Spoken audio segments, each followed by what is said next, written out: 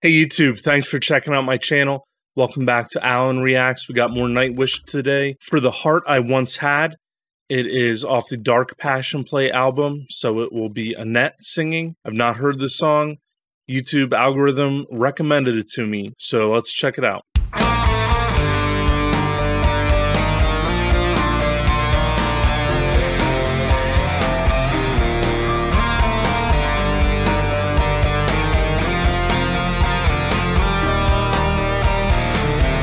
Well, kind of a rock intro there, kind of like a rock power ballad type thing almost.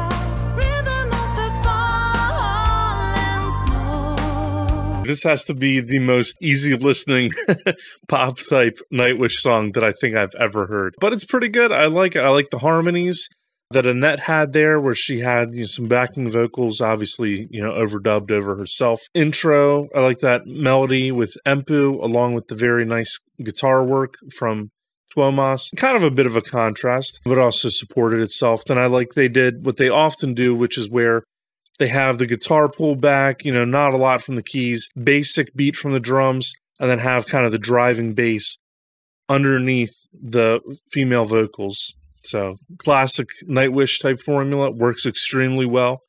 So let's see where this goes.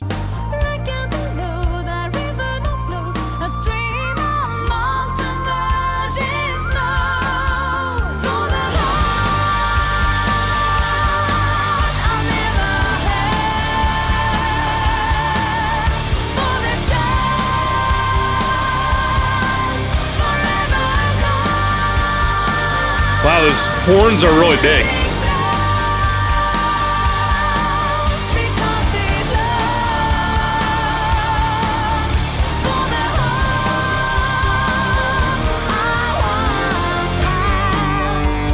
Very catchy chorus, really big, building it up from the verse, right? Whereas, much quieter, pulled back, brought in that big chorus. This song, The Heart I Once Had, my initial thought was going to be that this was about Tuomas talking about like lost love type thing, presumably with Tarja. But as I'm hearing it, I'm thinking that maybe it's referring like to himself. I'm not sure.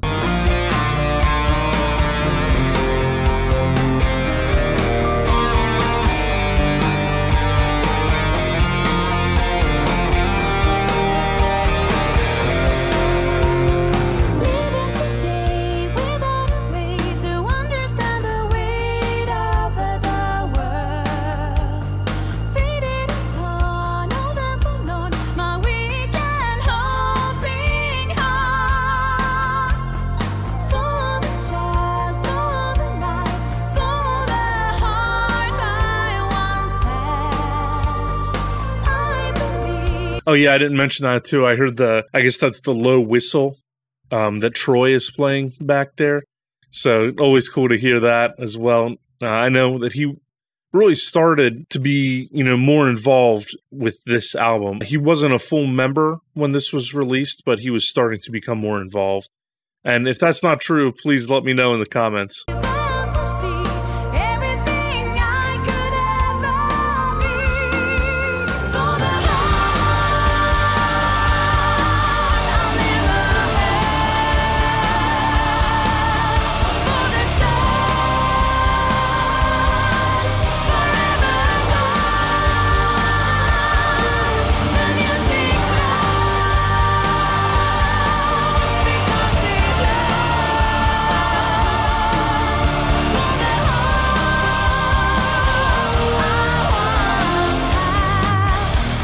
Before we get into presumably the bridge, what a big chorus, right? with those soaring strings and the horns, and there's like a choir of voices back there. Really, really huge.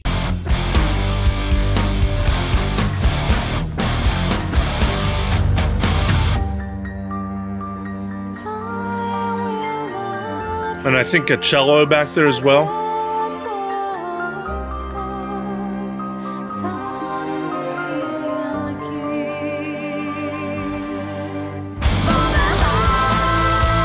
And the key change.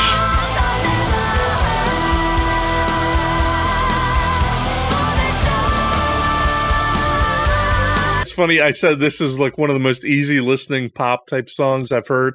And of course, they totally disprove me with all these symphonic elements that you don't hear in any sort of pop song. So that's one thing that I think people like about Nightwish. Certainly I do, is how it always keeps you on your toes, right?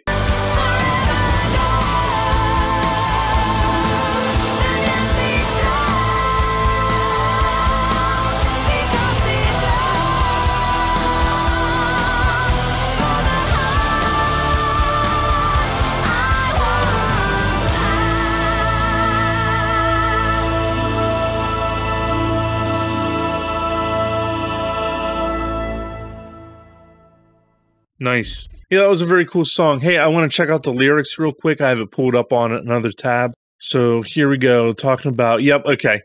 So it's definitely Tuomas talking about his own heart. So my initial impression was incorrect. For the heart I'll never have, for the child forever gone. Okay, I'm assuming he's talking about himself as the child. I know that's like a recurring theme that comes up in a lot of his work, where he's, you know, maybe looking back at his own childhood or his own, you know, innocence, so to speak. The music flows because it longs for the heart I once had. Oh, okay. So is this him, you know, maybe dealing with Tarja's departure from the band and him thinking that musically will they continue on? Living today without a way to understand the weight of the world. I know there have been interviews with Tuomas, and he's made comments to other musicians, or, you know, kind of the, if you had advice to someone starting a band today type thing. And he's touched on the fact that basically, if you make music, you need to make it because you have to make it, right? Because you feel compelled, you absolutely have to do it. And it seems like he's kind of hearkening back to that same idea here. If I can't make music, how am I going to deal with the world and so on, right? Okay, look at that. Time will not heal a dead boy's scars. Time will kill. Okay, so definitely seems to play into some other songs. Off the top of my head, of course, Dead Boy's Poem springs to mind, just seeing that line, which is an awesome song. Really enjoy it. I love their performance in Buenos Aires on the Decades Tour. I have already seen that, so I won't react to it. I think, obviously, Poet and the Pendulum, although that song covers so many things, you could probably tie to any Nightwish song in some way, right? Yeah, really interesting. Enjoy the song. Like I said, the verse was, I don't know, it's just a little too almost easy listening or something for my personal taste. Of course, I did enjoy it. There's not a Nightwish song that I don't like, but I would say this is probably in the bottom half of my favorite songs. Although I did like that it really did catch me off guard. It had a lot of those symphonic elements. I like that kind of driving bass line. Drums were pretty good, not to stand out on this track. I was a little more restrained. Maybe that's why I haven't seen them play this live. You know, Yuka likes to go crazy, so maybe maybe he wanted another song. I don't know. There was a lot of stuff coming from Tuomas with pads. There were the choirs. I don't know if they played them live, you know, with the synth or as like a backing track, or how they exactly pulled that off. Obviously in studio, you know, no issue. Oh yeah, so last thing that I'll mention, what I liked, speaking of how they always catch you off guard, right? So I thought for the bridge they were going to go into a solo from Empu, and they didn't.